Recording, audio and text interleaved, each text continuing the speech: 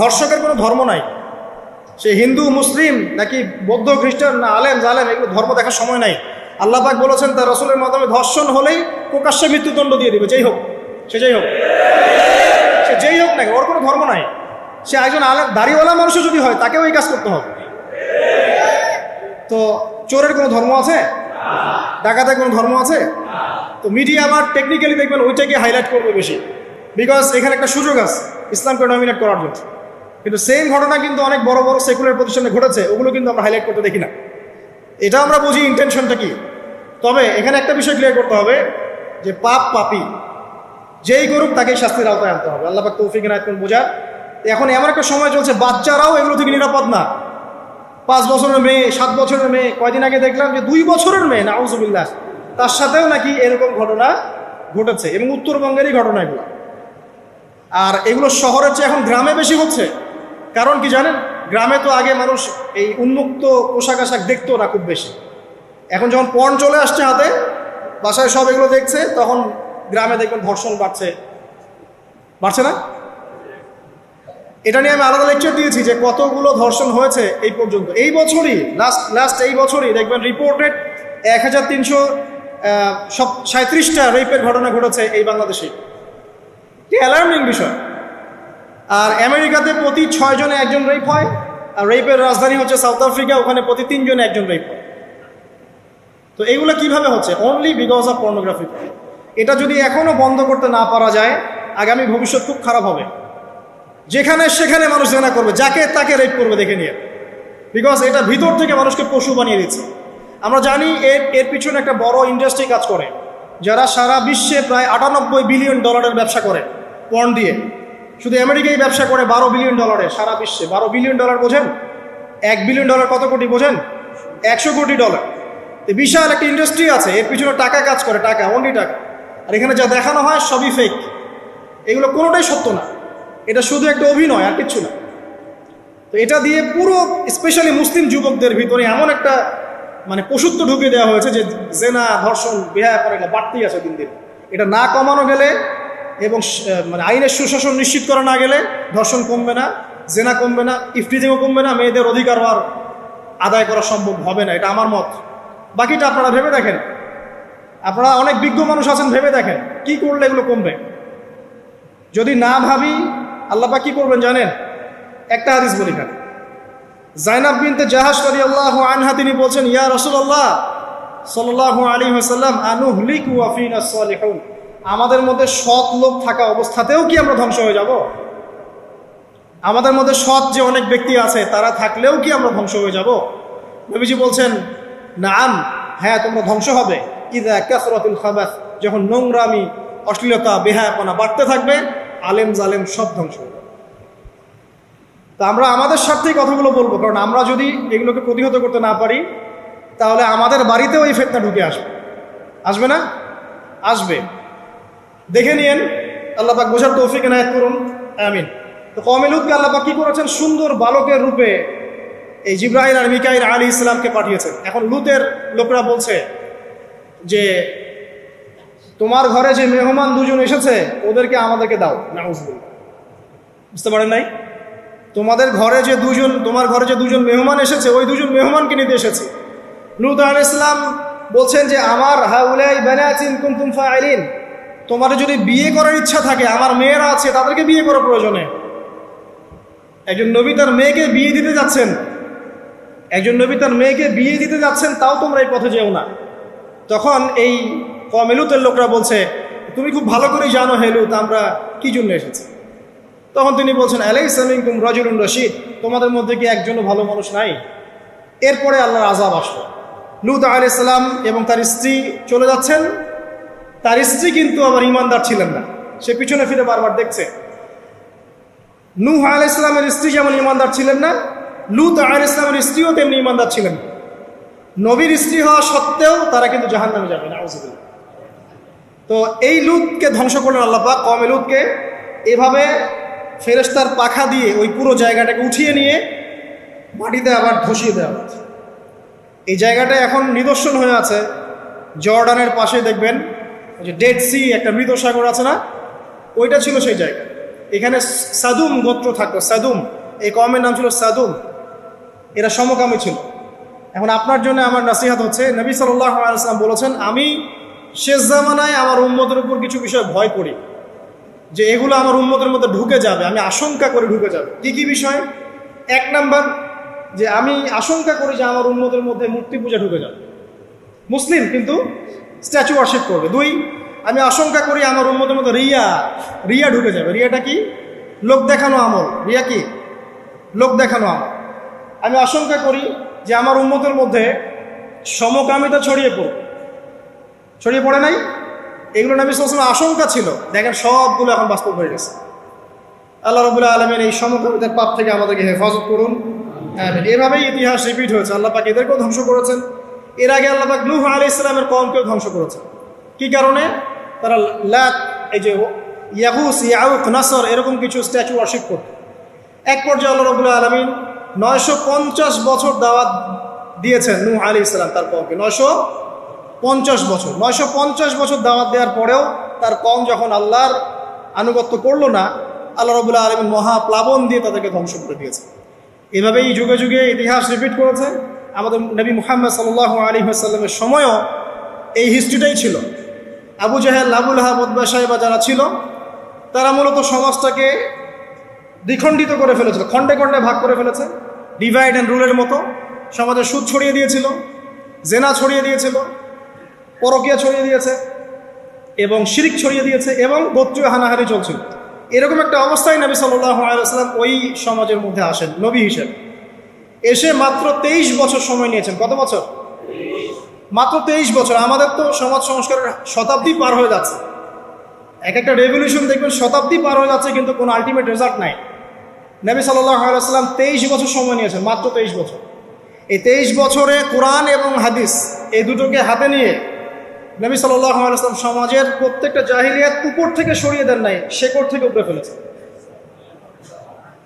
তবে তিনি যখন ইসলাম প্রতিষ্ঠা করে দিয়ে চলে গেছেন, খোলাফায়ে রাশেদার যুগ চলে গেছে, তারপর উমাইয়া খেলাফত এসেছে প্রায় 100 বছরের মতো, পরে আব্বাসীয়রা এসেছে প্রায় 550 বছরের মতো, আস্তে আস্তে ফাতেমিরা এসেছে, ওদিকে কর্ডোভার, স্পেন, আন্দালুসি উমাইয়া শাসন ছিল, উসমানীয়রা এসেছে। এভাবে ইতিহাস চলেছে দীর্ঘদিন, প্রায় 1400 বছর।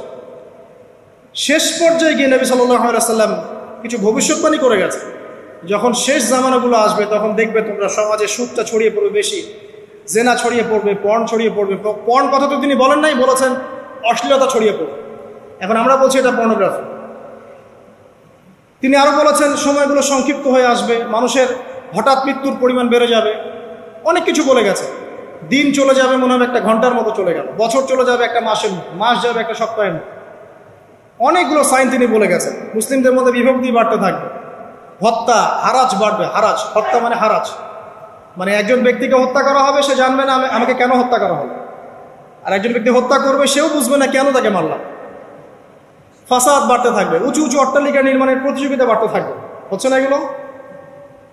সমাজে ভালো মন্দের মানদণ্ড উল্টে যাবে। মানুষ সত্যকে মিথ্যা বলবে, মিথ্যাকে সত্য বলবে, মিথ্যাবাদীকে সত্যবাদী বলবে, সত্যবাদীকে মিথ্যাবাদী বলবে, আমানতদারকে খেয়ানতকারী বলবে, খেয়ানতকারকে আমানতদার বলবে। টোটালি মানদণ্ড উল্টে যাবে। আস্তে আস্তে সিচুয়েশন এমন হতে থাকবে, খারাপ থেকে খারাপ। তবে সোনালি সময় কি আর ফিরবে না? তাহলে সময় কি তাহলে আর ফিরবে না? এভাবেই চলবে সব কিছু? না, এভাবে চলবে না ইনশাআল্লাহ। আল্লাহ রাব্বুল আলামিন তার রাসূলের মাধ্যমে জানিয়েছেন এই সব কিছুই সাময়িক, সব কিছু সাময়িক। ইতিহাস আবার পুনরাবৃত্তি ঘটাবে। ইতিহাস, সভ্যতা শুরু হয়েছিল একজন নবী দ্বারা, শেষও হবে আরেকজন নবী দ্বারা ইনশাআল্লাহ। সভ্যতা শুরু হয়েছিল আদম আলাইহিস সালামকে দিয়ে, আর শেষ হবে ঈসা ইবনে মারিয়ামের হাত। শেষ জামানার সবচেয়ে ভাইটাল ক্যারেক্টার হচ্ছেন ঈসা ইবনে মারিয়াম। ইমাম মাহদী নন, ইমাম মাহদী সবচেয়ে ভাইটাল ক্যারেক্টার নন। সবচেয়ে ভাইটাল ক্যারেক্টার হচ্ছে ঈসা ইবনে মারিয়াম। এবং তিনি নতুন কোনো শরীয়ত নিয়ে আসবেন, নতুন কোনো ধর্ম নিয়ে আসবেন, বরং তিনি এসে বরং ক্রুশ ভেঙে ফেলবেন। শুয়োরের মাংস যেটা, এটাকে একদম টোটালি হারাম করে ফেলবেন। জিজিয়া যে ট্যাক্সটা আছে এটাকে উঠিয়ে দিবেন। এবং তিনি 40 ইয়ার্স, হাদিসে এসেছে 40 বছর তিনি এই পৃথিবীতে থাকবেন। কত বছর? 40 বছর। ওই সময় সম্পর্কে এমন কথা এসেছে যে জাকাত নেওয়ার জন্য একটা মানুষ খুঁজে পাওয়া যাবে না। আসতে কতদিন এটা আমরা বলতে পারবো না। এটা আল্লাহ পাক জানেন, আল্লাহ জানেন এটা কতদিন, এটা আমরা বলতে পারবো না, এটা বলার অধিকারও আমাদের নাই, বিকজ এটা গায়েবের বিষয়। আলামাতগুলো আস্তে আস্তে আস্তে আস্তে ওইদিকে যাচ্ছে। এখন তিনি আজকেই আসুন আর কালকেই আসুন, ইমাম মাহদী আজই আসুক আর কালই আসুক, আপনার আমার দায়িত্ব চেঞ্জ হবে না। দায়িত্ব কি চেঞ্জ হবে? খুব সংক্ষেপে 2 মিনিট সময় নিচ্ছি যে আমরা যে কোনো সিচুয়েশনেই আমাদের দায়িত্বটা কি আসে। 1 নাম্বার কথা হচ্ছে ভাই, যে বড় পরিসরে চিন্তা বাদ দিয়ে আগে ছোট পরিসরে আসেন। নিজের ব্যক্তি জীবনে আগে ইসলাম প্রতিষ্ঠা করি, নিজে আগে পড়াশোনা করি, দিনের জ্ঞান অর্জন করেন, পড়াশোনা করেন, যে লাইনেই পড়াশোনা করছেন করেন, কিন্তু ইসলামটাকে, ইসলামের ফরজ ওয়াজিব সুন্নত মোস্তাহাবগুলো শেখেন। ডাক্তার ইঞ্জিনিয়ার হওয়ার কোনো আপত্তি নাই, তুমি বড় পলিটিশিয়ান হন, ইকোনমিস্ট হন, কোনো আপত্তি নাই, বাট ইসলামের বেসিক নলেজটা অর্জন না করে মৃত্যুবরণ করেন না আল্লাহর রাস্তায়।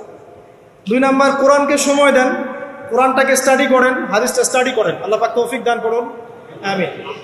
এরপরে আমল বাড়িয়ে দেন, আমলটা বাড়ায় দেন। এখন সময় থাক 100 বছর, 500 বছর বা 2 বছর, আমল বাড়ায় দেন। আপনার আমল আপনার সাথেই, কেউ কারো কবরে যাবে যাবেন। অতএব আমল বাড়িয়ে দেওয়ার চেষ্টা করি, আল্লাহ পাক তৌফিক দান করুন।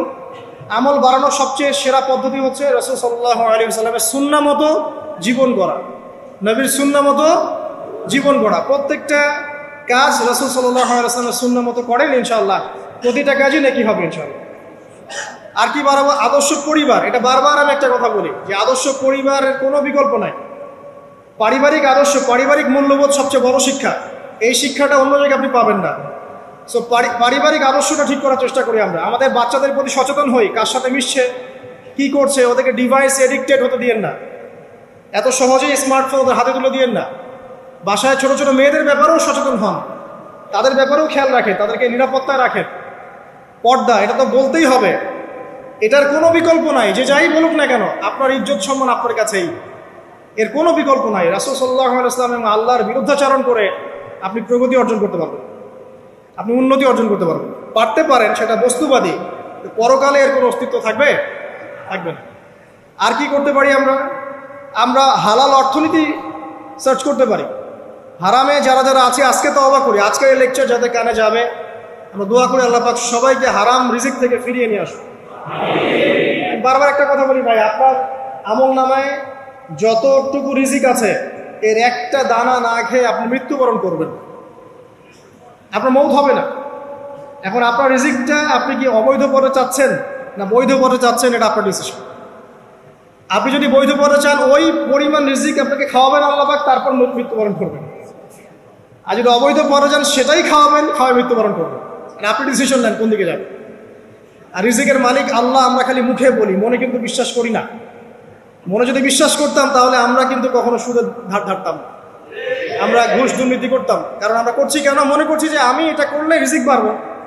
আর আপনি যাদের জন্য এই কাজগুলো করছেন, আপনার স্ত্রী, আপনার সন্তান, আপনার পরবর্তী প্রজন্ম, 40 দিন সময় নেবেন আপনাকে ভুলে যেতে। 40 দিন সময় নেবেন আপনাকে ভুলে যেতে, দেখে নিন। কবর খুব একাকিত্বের জীবন। আসলে মৌতের যে যন্ত্রণার কথা আমরা বলি না, এটা সবচেয়ে বড় বিষয়টা কি জানেন? এই শারীরিক কষ্ট তো আছেই, এই যে দুনিয়ার সবার থেকে বিচ্ছেদ, এটাই হচ্ছে যন্ত্রণা। সবার থেকে বিচ্ছেদ না, সবার থেকে বিচ্ছেদ হয়ে চলে যেতে হয়, এটাই সবচেয়ে বড় যন্ত্রণা। মানুষ একা থাকতে চায় না। জেলখানায় যে মানুষকে বন্দি করে রাখে না, এই একাকিত্বের কষ্টে মানুষ ভোগে। একা একা, আমি একা, কেউ নেই আমার সাথে, এটাই। এর উপর যদি আবার টর্চার করা হয়, রিমান্ড দেওয়া হয়, তাহলে কি অবস্থাটা হবে বোঝেন? এই হলো কবর, এই হলো কবর। একটা ঘটনা বলে শেষ করে দেই, যে একজন ব্যক্তি মারা গেছেন, আর মুসা আলাইহিস সালামের সময় বানু ইসরাইলের কোনো এক নবী, আমি ঠিক নাম বলতে পারবো না যে কোন নবী, কারণ নামটা হাদিসে আসে নাই, কোনো একজন নবী আল্লাহর কাছে দোয়া করছেন, আল্লাহ মৃত মানুষের সাথে আমার একটু কথোপকথন করায় দাও। আমি জাস্ট একটু কথাবার্তা বলতে চাই যে মৃত মানুষটা কেমন আছে বা তাদের অবস্থাটা কি, আমি জানতে চাই। তো আল্লাহ পাক সেই ব্যবস্থা করে দিলেন। তিনি একটা কবরের কাছে গিয়ে দাঁড়ালেন, একজন মৃত মানুষ উঠে আসে। এটা সায়েন্স বিশ্বাস নাও করতে পারে, আমাদের কোনো মাথা ব্যথা, ঠিক আছে? তো এবার তিনি তাকে জিজ্ঞাসা করছেন যে তুমি কেমন আছো, তুমি কেমন আছো, এই মুর্দাকে জিজ্ঞাসা করছেন। তিনি বলছেন আজকে থেকে প্রায় 500 বছর আগে আমার মৃত্যু হয়েছে। এই ব্যক্তি বলছেন আজকে থেকে প্রায় 500 বছর আগে আমার মৃত্যু হয়েছে, এখন পর্যন্ত আমার গা থেকে, আমার আত্মা থেকে মৌতের যন্ত্রণা দূর হয় নাই। লা ইলাহা ইল্লাল্লাহ। তো এই হচ্ছে অবস্থা। আমরা ব্যক্তিগত চিন্তাটা আগে করি, নিজের ফিকির, নিজের কবরের ফিকির, নিজের এলেম, নিজের আমল, নিজের পরিবার, নিজের রিজিক। যাদের জন্য হারামে যাচ্ছেন কেউ সাথে যাবে, কেউ সাথে যাবে না, আপনার গার্লফ্রেন্ড, না আপনার বউ বাচ্চা, কিচ্ছু না। এগুলো তো শুধু মায়ার বাঁধন, মায়ার বাঁধন না, মায়ার বাঁধন। যদি এগুলো নেয়ামত হয় আলহামদুলিল্লাহ, যদি এগুলো দুনিয়াতে আপনার ফিতনা সৃষ্টি করে, আপনি আসহাবুল কাহাফ হয়ে যান। কথা বুঝতে পারছেন না? এরপরে যদি সামর্থ্য হয়, আল্লাহ পাক আপনাকে জ্ঞান দেন, আপনাকে পলিটিক্যাল পদ দেন, ইকোনমিক সেকশনে জ্ঞান দেন, ইত্যাদি ইত্যাদি, আপনাকে আল্লাহ যে সেকশনে রাখবেন সেখান থেকে দিনের খেদমত করবেন, পারবেন না ইনশাল্লাহ? ডক্টর হয়েছেন, রোগীদের ফিস কমায় দেন, ট্রিটমেন্ট ইজি করে দেন। হ্যাঁ, ডক্টর হন, একজন ভালো ডক্টর হন, কসাই হন, ইঞ্জিনিয়ার হন, একজন সৎ ইঞ্জিনিয়ার হন, চোর হন। আপনি যেখানে থাকবেন সেখান থেকেই আপনি খেদমত করতে পারবেন। সবাইকে আলেম হতে হবে জরুরি না, সবাইকে দায়ী হতে হবে জরুরি না, এবং সবাই এটা হতেও পারবে না। এভাবে জাতি গঠন হয় না। আগে বলছি, বিভিন্ন সেকশনে মানুষ আমাদের লাগবে, এবং প্রত্যেকটা সেকশনেই তাওহীদপন্থী ইমানদার মানুষ লাগবে। এবং ইনশাআল্লাহ তাআলা আমরা যদি সবাই সবার ধর্মটা ঠিকঠাক মতো পালন করি, দেখবেন ধর্মের মধ্যে কোনো ভেদাভেদ থাকবে না ইনশাআল্লাহ। যে যার ধর্ম পালন করুক, কোনো মন্তব্য করতে যাবেন না, ঠিক আছে? আপনি আপনার ধর্ম ঠিক মতো পালন করছেন কিনা এটার দিকে ফোকাস করেন। আল্লাহ পাক আমাদের সবাইকে তৌফিক ইনায়াত করুন কথাগুলো বোঝার, আমিন। আর সবশেষে, যদি আমাদের এর চেয়েও বেশি কিছু করার সক্ষমতা থাকে, তখন আপনি দিনের প্রচার করবেন, প্রসার করবেন, তাবলীগ করবেন, আল্লাহর পথে মানুষকে ডাকবেন। এর চেয়ে বড় ব্যবসা হতে পারে। কারণ আপনার দাওয়াতের মধ্য দিয়ে যত মানুষ আল্লাহর দিকে আসবে, যত মানুষ হারাম ছেড়ে হালালের দিকে চলে আসবে, সবার নেকি ইনশাল্লাহ আপনি পাবেন ইনশাআল্লাহ। আল্লাহ পাক আমাদের সবাইকে সবচেয়ে সর্বোত্তম ব্যবসায় অংশগ্রহণ করার তৌফিক ইনায়াত করুন, আমিন।